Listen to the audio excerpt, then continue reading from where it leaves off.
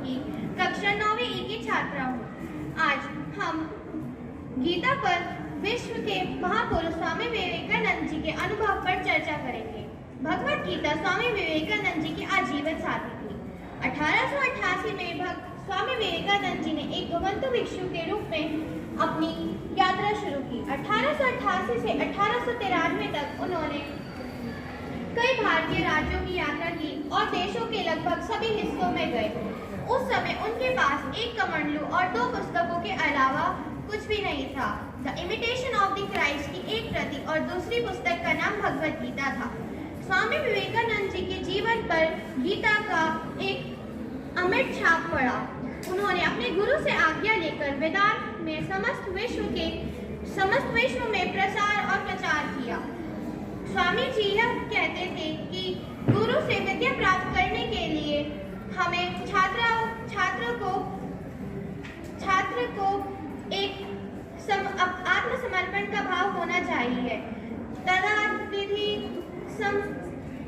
विधि प्रतिपाते परिप्रश्नेन सेवया। स्वामी जी के गुरु रामकृष्ण कहा करते थे, जो भी व्यक्ति गीता शब्द को बार बार दोहराने से उसका मूल अर्थ समझ सकता है और जब यह हो जाता है तो वह स्वयं को इसका उच्चारण करते हुए पाता है। गमा पाठ नैतत्व उपपद्यते क्षुद्रं हृदय दौर्बल्यं त्यक्तोत्तिष्ठ परम तप।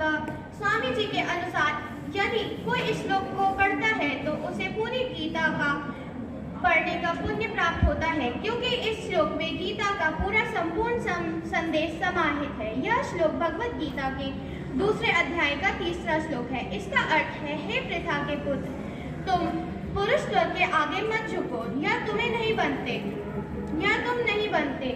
तुम दुष्टों को विनाश करने वाले इस तुच्छ हृदयता का विनाश करो और उठो। कर्मण्येवाधिकारस्ते मा फलेषु कदाचन मा कर्मफल हेतुर्भुः मा ते संगोऽस्त्व कर्मणि। इसका अर्थ है कि हमें कर्म करने का अधिकार है, उसके फल का नहीं। जो भी व्यक्ति अपने स्वार्थ के लिए कर्म करता है वह स्वतंत्र होने के अलावा अपने पैरों में एक और जंजीर बांधता है। कुरुनेव कर्माणि जीविषेत शतम समा। इसका अर्थ है कि हम 100 वर्षों तक कर्म करने की आस रखें। धन्यवाद। बहुत अच्छा।